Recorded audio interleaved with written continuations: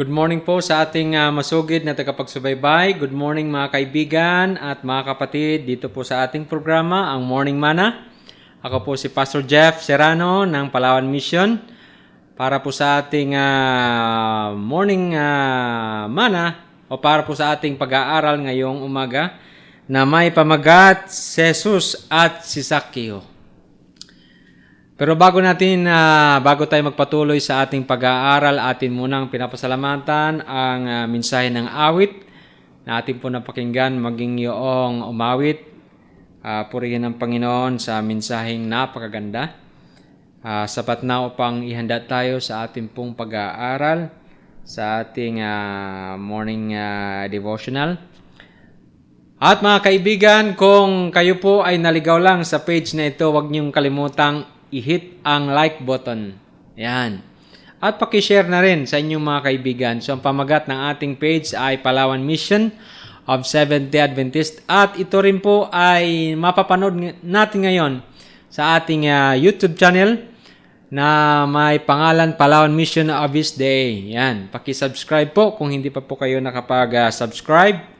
At tayo rin po ay napapanood ngayon sa ating Hope channel via channel 37 sa GSAT. Yan po ang tatlong avenue kung saan nyo po mapapanood itong ating programa ngayong umaga.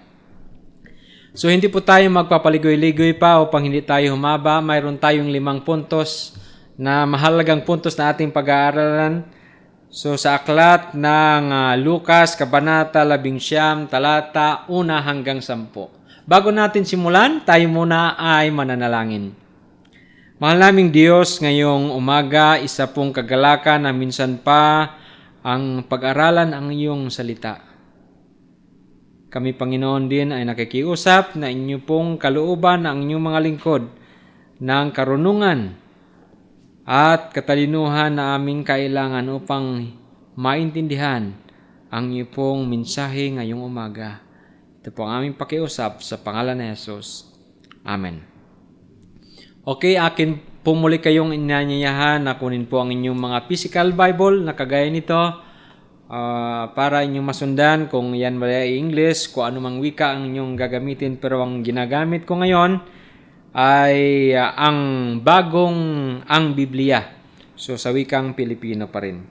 So, verse 1. Ganito pong sabi, siya'y pumasok at nagdaan sa Jericho. So maganda pong talata. Ang siya dito ay tumutukoy po sa ating Panginoong Hesus at kung saan siya pumasok at nagdaan sa Jericho. So si Jesus dito mga kapatid, mayroong misyon, pumasok at nagdaan sa Jericho. Ang Jericho mga kaibigan ay isang matandang syudad sa kasaysayan. Maging ito nga ay yung unang syudad na nilusob nila Joshua noong sila po ay nagtawid.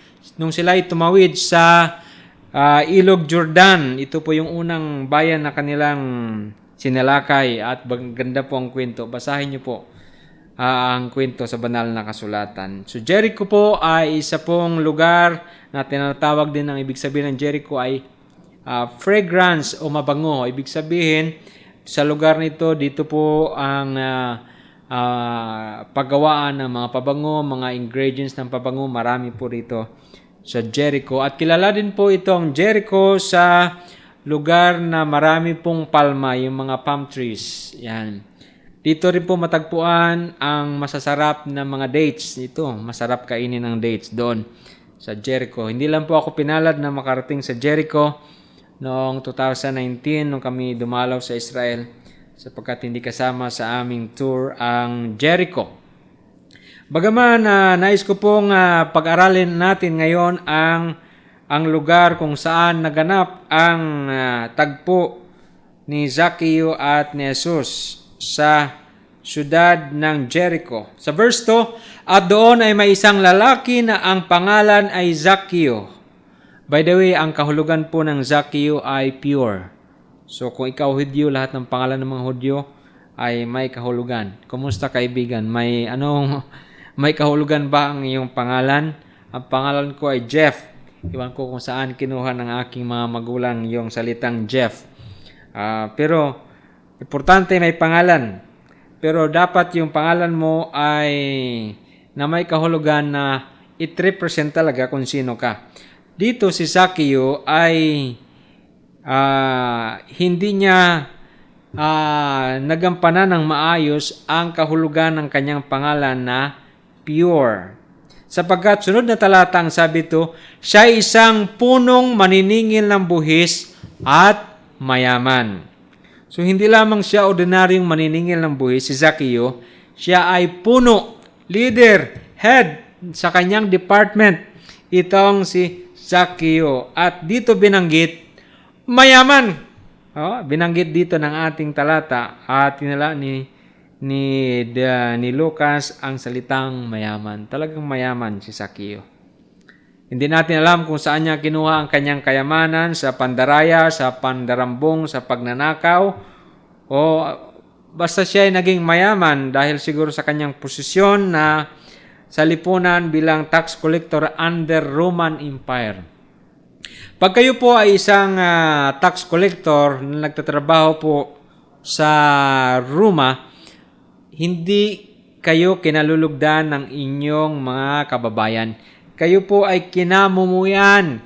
Tinuturing kang isang kriminal, makasalanan. Kagaya mo ang isang patutot, magnanakaw. Pag ikaw ay isang maniningil ng buhis, kagaya ni Zaccheo, marahil kaunti lang kanyang kaibigan. Limited ang kanyang kaibigan sa kanyang mga kapwa din, mga Hudyo na maniningil din ng buhis. Pero mayroong kulang sa buhay ni Zaccheo. Gusto niya ring maligtas. Matagal niya nang narinig ang ating Panginoon. Matagal niya nang narinig mula sa kanyang mga kamanggagawa kung paano gumawa ng himala ang ating Panginoon. Nagligtas sa mga tao. Nagpagaling sa may sakit. At kung ano-ano pang magagandang bagay na ginawa ng ating Panginoon, narinig ito ni Zaccheo sa ibang tao. Sapagkat ang Jerusalem ay malapit sa Jericho, ang Jericho ay malapit sa Ilog Jordan, sa Dead Sea, napakalapit lang. Nasa 10 miles lang po ang layo ng Jericho doon sa Dead Sea, mga kaibigan. So, ang kwento ng buhay ng ating Panginoon ay laganap maging doon sa Jericho. Kaya ganun na lamang ang pagnanais ni Zaccheo na makita ang ating Panginoon. Sa verse 3, nagsikap siyang makita kung sino si Jesus. Ayaw niya yung kwento lang. Ayaw niya yung marinig lang sa kanyang mga kaibigan, mga kakilala. Gusto niyang makita personal. Parang gusto nating maniwala na to see is to believe para kay Zaccheo. Dito, sinabi ng talata sa verse 3 ay, subalit hindi magawa dahil sa karamihan ng mga tao, sapagkat siya ay pandak. Pandak daw si Zaccheo, sabi ni Lucas. So yun ang description niya. Para sa akin, okay lang maging pandak, basta mayaman, mayaman. Pero ang hindi okay dito, yung kinamumuhian ka ng iyong mga kababayan. Ayaw kang makita. Sapagkat sa tuwing makita ka nila, ay sasabihin, narito naman ang magnanakaw, narito naman ang mandarambong, mandaraya. So ano lang, pakasabihin pa nila sa iyo, narito naman yung pandak. Pero hindi nagpaapekto si Zaccheo dito sa tala, mga kaibigan, dahil sa lubhang maraming tao at siya ay ang height niya ay talagang challenging. Hindi ito naging hadlang para hindi niya makita ng personal ang ating Panginoon.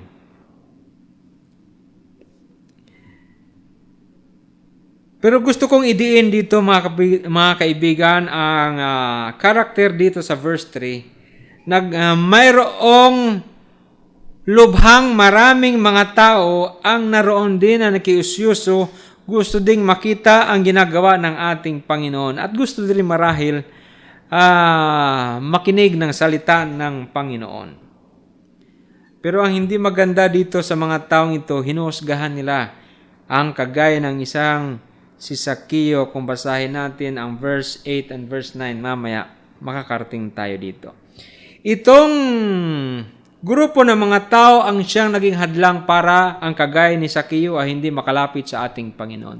Kaibigan, minsan ba sa iyong buhay, dumating ba na ikaw ay naging hadlang para sa isang makasalanan na hindi makalapit sa Panginoon? Mayroon po bang pangyayari po sa inyong buhay na kagaya nitong nangyari kay Sakeo na mayroong makasalanan na itinuturing mong kriminal pero gusto din maligtas pero hindi mo ginawa ng paraan, hindi mo siya natulungan? Sana wala, mga kaibigan. Kung mayroon, pwede tayong magbago. Ating ipagpatuloy sa verse 4 hanggang verse 10 lang tayo. Sa ika-4, sabi dito, kaya tumakbo siya, si Sakeo ay tumakbo sa unahan at umakyat sa isang puno ng sikomoro upang makita siya. Sabi dito, sapagkat siya'y dumaraan sa daang iyon. So kung inyong pansinin, mga kaibigan, tinignan ni Sakeo sapagkat siya'y matalinong tao, alam niya kung saang direksyon. Ang grupo ng mga tao, alam niya kung saan dadaan si Jesus. Siya'y nag-advance na mag-isip. Sabi niya siguro ito, tama-tama dito, mayroong isang puno. Nilapitan niya ang puno, ang sabi ng tala, siya ay umakyat sa punong yon at inabangang mataman ang pagdaan ng ating Panginoon, mga kaibigan. Hindi siya bumaba. By the way, ang Sycamore Tree, mga kaibigan, pag-aralan natin ng bahagya. Ang Sycamore Tree, yun ang pinakagustong-gusto ko sanang puntahan sa Israel nga. Kagaya ng sinabi ko kanina, hindi ako naging mapalad na makita ito ng personal. Hanggang ngayon, mayroon pong Sycamore Tree naroon sa gitna ng Jericho, doon sa pinaka-crossing nila, naroon pa hanggang ngayon. Ang Sycamore Tree maaring tumagal ng 600 years bago siya mamatay. At maaring ito'y tumaas ng 130 feet. At ang luwang niya marahil ang pinakamalaki ay 6.6 feet. Malaki pong puno ito. Hindi lang natin alam kung gaano kalaking puno itong inakyatan ni Sakeo sa lugar ng Jericho sa panahon ng ating Panginoong Hesus. Pero ang puno ng sikomoro ay malaki pong pakinabang sa komunidad, maging sa mga ibon at mga maliliit na mga hayop sapagkat malaki ang kanyang puno, malaki ang kanyang mga dahon, maaaring pasilungan ng mga ibon at mga squirrel, mga maliliit na mga hayop, at ang kanyang bunga nito ay nakakain masarap na pagkain. Kung hindi pa kayo nakatikim, ako rin hindi pa nakatikim. Pero pwede nyo pong mabili online, pwede nyo pong makita ang kanyang picture sa internet, mga kaibigan. At itong punong kahoy na ito na tila ba walang pakinabang, pero sa sandaling ito ay nagkaroon ng napakalaking pakinabang dahil si Sakeo ay nakakyat doon. Maaring si Sakeo ay nagkuha ng hagdan, di natin alam, o kaya mayroon ng hagdan na nakaabang doon, o may mga lubid na nakahanda, ay di natin alam. Pero alam natin na naging successful po ang pag-akyat, naging matagumpay po ang pag-akyat ni Sakeo sa isang puno ng sikomoro. Sana maraming kagaya natin na naging instrumento, naging daluyan ng pagpapala, na ginamit ng Panginoon na isang makasalanan na kagaya ni Sakeo ay makalapit sa ating Panginoon. Tingnan natin ang magandang tagpo sa verse 5. At ang dumating si Jesus sa lugar na iyon kung saan si Sakeo ay nakaabang sa punong kahoy, siya'y tumingala at sinabi sa kanya. Ibig sabihin, tumingala si Jesus, mataas yung puno. Ang sabi ni Jesus, Sakeo, dali ka at bumaba ka, sapagkat kailangan ako'y tumuloy sa bahay mo ngayon. Napakaganda ng sinabi ng ating Panginoon. Sabi niya, Sakeo, magdali-dali kang bumaba, kasi excited akong makita ang iyong magandang bahay. Gusto kong makausap ka. Yun talagang pinakagusto ko doon, mga kaibigan. Samantalang si Sakeo, hindi niya siguro sukat maisip kung paano nangyari na kilala siya ng ating Panginoon. Ito yung pinakauna niyang first time na makakita ng mukha ng ating Panginoon. So ito face-to-face nilang tagpo. Pinakaunang nangyari sa kanyang buhay. Dito sa verse 6, kaya't siya'y nagmadali, bumaba, at natutuwang siya'y tinanggap. Ibig sabihin, excited din si Zaccheo na bumaba at dinala ang ating Panginoon sa kanyang bahay. Buti na lang hindi nahulog si Zaccheo, no? Gusto ko rin na malaman kung ano talaga ang paraan sana ng kanyang pagbaba at kanyang pag-akyat, pero hindi nabanggit dito. Pero sa kabutiang palad, sa kanyang bilis ng pagbaba, dahil siguro ang kanyang puso ay ganun na lamang ang pagtibok. Dahil ito na yung guro na pinag-uusapan ng lahat. Kausap ko at ang gusto niya, doon siya kumain, doon siya matulog sa aking bahay para maging aking panauhin. Pero kung ako kay Zaccheo, hindi ako basta-basta kasi ang ating Panginoon, mga kaibigan, pag siya ay lumakad, kasama niya ang kanyang mga disciples. Siyempre, marami kang pakainin. Pero si Zaccheo, walang problema sa kanya sapagkat marami siyang ari-arian, marami siyang pera na kahit ilang araw pa si Jesus doon sa kanyang bahay, pwede niyang gawin. At alam natin, ang pinakamaganda ay dito sa verse 8, mga kaibigan. Sa verse 7 pala. Dito sa verse 7, sabi dito, nang kanilang makita ito ay nagbulong-bulungan sila na nagsasabi, siya'y pumasok upang maging panauhin sa isang taong makasalanan. So, ang mga tao sa paligid, hindi nila kayang tanggapin na ang kagaya sa isang matalinong guro ay siya mismo nag-invite sa kanyang sarili na tumuloy sa bahay ni Zaccheo na makasalanan. Maganda, no? Si Jesus ay inanyayahan niya ang kanyang sarili. Maraming beses ko inanyayahan ang aking sarili, mga kaibigan, sa mga bahay ng ating mga kapatid. Pero si Jesus, ginagawa rin pala ito, no? Siya mismo nag-invite sa kanyang sarili. Noong nakita ito ng madla, hindi nila kayang lunukin, hindi nila kayang tanggapin kung paano mangyari ito. Hinusgahan nila si Zaccheo ng isang taong masama, isang taong makasalanan. Mga kaibigan, ilang bisis natin ginawa ito sa ating buhay. Na hinusgahan natin ang ating kapwa. Na hindi pa natin napakinggan ang kanilang kwento ng personal. Chismis lang ang ating napakinggan. By the way, masama ang chismis. Nasa 10 utos yan. Sa 9 na utos. Huwag kang mag-chismis. Sabi doon. Pero hindi na pa-epekto si Zaccheo, hindi po naapektuhan ang ating Panginoon, 10 ng kanyang mga alagad. Sila ay tumuloy sa bahay ni Zaccheo. Verse 8. Si Zaccheo ay tumindig at sinabi sa Panginoon, Panginoon, ang kalahati ng aking pag-aari ay ibibigay ko sa mga dukha. So, marahil siguro maraming mga beggar doon sa labas ng bahay ni Zaccheo ng mga dukha, ng mamilimos. Ibibigay niya daw ang kalahati ng kanyang kayamanan. Grabe kalaki, no? Kung mayroong 1 milyon, kalahating milyon. Kung may 10 milyon, 5 milyon ibibigay niya sa mga dukha. At hindi lamang dukha ang kanyang bibigyan. Ang sabi rito, at kung sa pamagitan ng pandaraya ay may kinuha ako sa kanino mang tao, bayaran ko siya ng 4 na ulit. Mga kaibigan, sabi niya, kung talagang mandaraya ako at mayroon ako na daya, babayaran ko siya ng 4 times. Doble, mga kaibigan.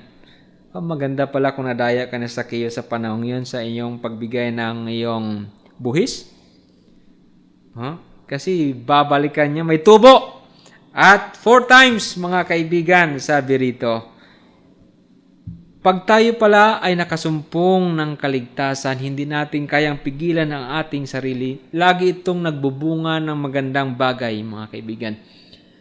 Kung dati ay tayo ay masama, noong natagpuan natin ang ating Panginoon, ang ating mga gawa ay pawang mabuti para sa kabutihan ng mas nakakarami. Si Sakeo hindi niya mapigilan ang tuwa na siya ay dinalaw ng kanyang Panginoon. Sa dami-daming mayayaman doon sa Jericho, sa dami-daming mga tao doon, siya ang dinalaw ng ating Panginoon. Kahit paano ang sabihin ng iba, ang mahalaga siya ay nakasumpong ng kaligtasan. Paano natin nalaman? Sa verse 9. Sabi dito, at sinabi sa kanya ni Jesus, in Jesus' words mismo ito. Sabi dito, dumating sa bahay na ito ngayon ang kaligtasan. Dito sunod, sapagkat siya man ay anak din ni Abraham. Dati, hindi na qualified si Sakeo bilang tawaging anak ni Abraham. Hindi siya qualified para siya ay maligtas. Pero dahil sa ating Panginoon, siya po ay nagtamo ng kaligtasan, 10 ng kanyang sambahinan. Sa kanyang tahanan, sila ay nakasumpong ng kaligtasan sa piling ng ating Panginoon. Ang verse 10, mga kaibigan, ay atin pong pagsaluhan. Napakagandang sinabi ng Panginoong Hesus. Sapagkat ang anak ng tao ay dumating upang hanapin at iligtas ang nawala. Yun ang pinaka-mission niya, mga kaibigan. Kahit ikaw pa ang pinaka-kriminal, magnanakaw, anuman ang iyong kasalanang ginawa, dito sa mundo, wala pong imposible sa Diyos. Pwede kang hanapin kahit saan man, sapagkat ang kanyang misyon ay hanapin ka at iligtas ka mula sa iyong pagkawala. Ang misyon ng ating Panginoon ay para sa akin at para sa iyo, na lahat tayo ay makasumpong ng kaligtasan at magmana ng langit na bayan. Yan po ang aking naintindihan dito sa talatang ito, mga kaibigan. Pero bago tayo magtapos, mga kaibigan, gusto kong idiin ang mahalagang bagay. Si Sakeo ay nagkasumpong ng kaligtasan sa tulong ng isang puno doon sa tabi ng lansangan. Dahil sa puno na yon, nagkaroon ng face-to-face ang ating Panginoon with Sakeo. Kaibigan, mayroon ka na bang karanasan sa iyong buhay na naging daluyan ka ng pagpapala sa iba? Na dahil sa iyong pagtugon sa panawagan ng langit, naakay mo ang isang kaluluwa sa paanan ni Kristo at nakilala niya ang ating Panginoon at naligtas. Mayroon ka bang karanasan na kagaya nito? Kaibigan, ang ating Panginoong Hesus ay patuloy pa rin gumagawa ng mga himala. Ang ating Panginoong Hesus ay patuloy pa rin gumagawa ng himala sa buhay ng isang tao, kahit pa ang isang mayaman na parabang imposible para maligtas, pero naging posible sa piling ng ating Panginoon. Mayroong isang kwento na aking binasa sa internet na tungkol sa isang mangingisda doon sa San Francisco. Sa kanyang pag-uwi, galing sa pangingisda, napuno ang kanyang lalagyan ng isda, 4 na box, dulan ang 550 pounds na mga isda na salmon, silver salmons ang kanyang nahuli. Buong magdamag niyang sinikap na makahuli. At siya'y masaya na siya'y umuwi na puno ang kanyang sisidlan para dalhin sa kanilang palengke. Marami na sana. Marami siyang pera. Kaya lang, sa hindi kalayuan, mayroon siyang nakitang gumagalaw doon sa ibabaw ng tubig. Nakapagtataka, hindi ito laging may ganito, na mayroong lumalangoy doon sa tubig. Hindi niya makita kasi masyadong makapalang hamog sa nung araw na yon, nung umaga na yon. Nung kanyang nilapitan, isang tao pa lang, halos hindi na makausad sa kanyang paglangoy sapagkat siya ay nahihirapan. Kanyang tinulungan at tinanong kung bakit siya naroon sa napakalamig na dagat, nagyeyelong dagat. Ang sabi sa kanya, nalunod ang kanilang sinakyan na barko na ang pangalan ng kanilang barko ay si USS Benevolence. Ginawang yung barko na kanyang sinakyan ay ginamit bilang hospital ship. Lulan ang daan-daang mga tao, mga tripulante, mga pasahero. Dahil nalunod ito, binangga ito pala ng isang barko na pangalan ay si SS Mary Lockenbach at lumubog sa ilang minuto lamang doon at napilitan ang mga doctors, mga nurses na lisanin ang hospital church. Ganon din ang kanilang mga pasyente, mga tripulante, lumubog lang ito ng ilang minuto. So lahat sila ay lumangoy na doon, pero bago ito nalunod, nakatawag pa ng tulong pero wala na, sila ay basa na doon, nanginginig na sa lamig doon sa nagiyilong dagat ng San Francisco. Sa hindi kalayuan, nakita naman ni John Napoli ang ilang mga grupo na naglilangoy, kanyang tinulungan, isa-isa pinaakyat doon sa kanyang bangka na may haba na 34 feet. At pagkatapos, nahirapan na siya mag-decide kasi wala nang lugar para doon sa lubhang maraming tao pa na lumalangoy na kailangan niyang sagipin. Siya ay nag-decide na ihulog ang kanyang huling isda na mga salmon. Kung imagine ko siguro, namumuti po ang dagat ng binuhos niyang 4 na box na mga salmon. Malaking pera po ang nawala sa kanya. Pero para kay John, mas mahalaga po ang tao, ang kaligtasan ng tao kaysa ang isda.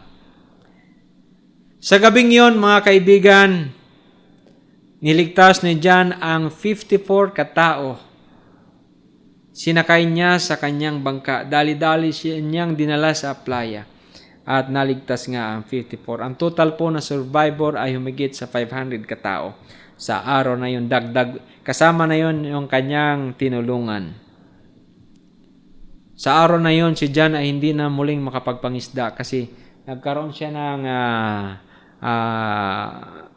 fracture ba yun or may problema na ang kanyang spine. Hindi na siya muling makayuko ng maayos. Hindi na siya pwedeng magbuhat ng mabibigat. Kaya nag-decide si John na ibinta ang kanyang bangka, ang kanyang lambat. Pero si John ay namasyal doon sa kanilang pasyalan isang araw at may isang batang lumapit at yumakap sa kanya, "Sir John, kung hindi dahil sa iyo, wala na sana akong mama ngayon." Maya-maya may dumating, sabi, "Sir John, ako rin. Kung wala ka, wala na ang asawa ko ngayon. Marahil namatay na." At parami ang mga taong nakakilala kay John habang siya nakaupo na lamang sa kanilang parke, mga kaibigan. At isa-isang lumuluha at nagpapasalamat dahil sa ginawang sakripisyo ni John para sa kanyang mga kababayan. Kaibigan, pagdating kaya sa langit, mayroon kayang lalapit sa atin at sabihin sa iyo, "Jeff, kundi dahil sa iyo wala ako rito." Pagdating kaya sa langit, mayroong isang taong yayakap sa atin na mahigpit at magpapasalamat sa ating ginawang effort, sa ating mga ginawa para sa ating Panginoon. Ang aking panalangin ay sana marami tayong makalap na kaluluwa para sa ating Panginoon. Tayo lamang ay maging handa na sumunod sa kalooban ng Panginoon, sa misyon ng ating Panginoon na hanapin at iligtas ang mga nangawala. Iligtas natin ang kapwa nating makasalanan upang magmana din sila ng atin din pong iligtas ang kapwa nating makasalanan na tao. Atin silang dalhin sa paanan ng Panginoon at tiyak na magtamo sila ng walang hanggang buhay sapagkat yun ang pangako ng ating Panginoon. Mga kaibigan, ang aking panalangin na sana mula sa araw na ito hanggang sa pagbabalik ng ating Panginoon sa makalawa, marami tayong maakay. Maging handa lang tayo na sundin ang kalooban ng ating Panginoon. Kung gusto niyo rin pong magpagamit sa gawain ng Panginoon sa maraming kaparaanan na pwede niyong magawa, magpasya tayo ngayon na sumunod sa ating Panginoon. Tayo po ay manalangin. Mahal naming Panginoon, dakila kayo sa lahat. Kayo ang Diyos na walang tinatangi. Maging mahihirap man o mayayaman, inyong gustong maligtas ang lahat. At ang sinuman, ang sumampalataya sa aming Panginoong Hesus ay magtamo ng buhay na walang hanggan. Gusto namin, Panginoon, na maligtas 10 ng aming mga mahal sa buhay at mga tao na sa aming paligid, mga taong kayang naming abutin.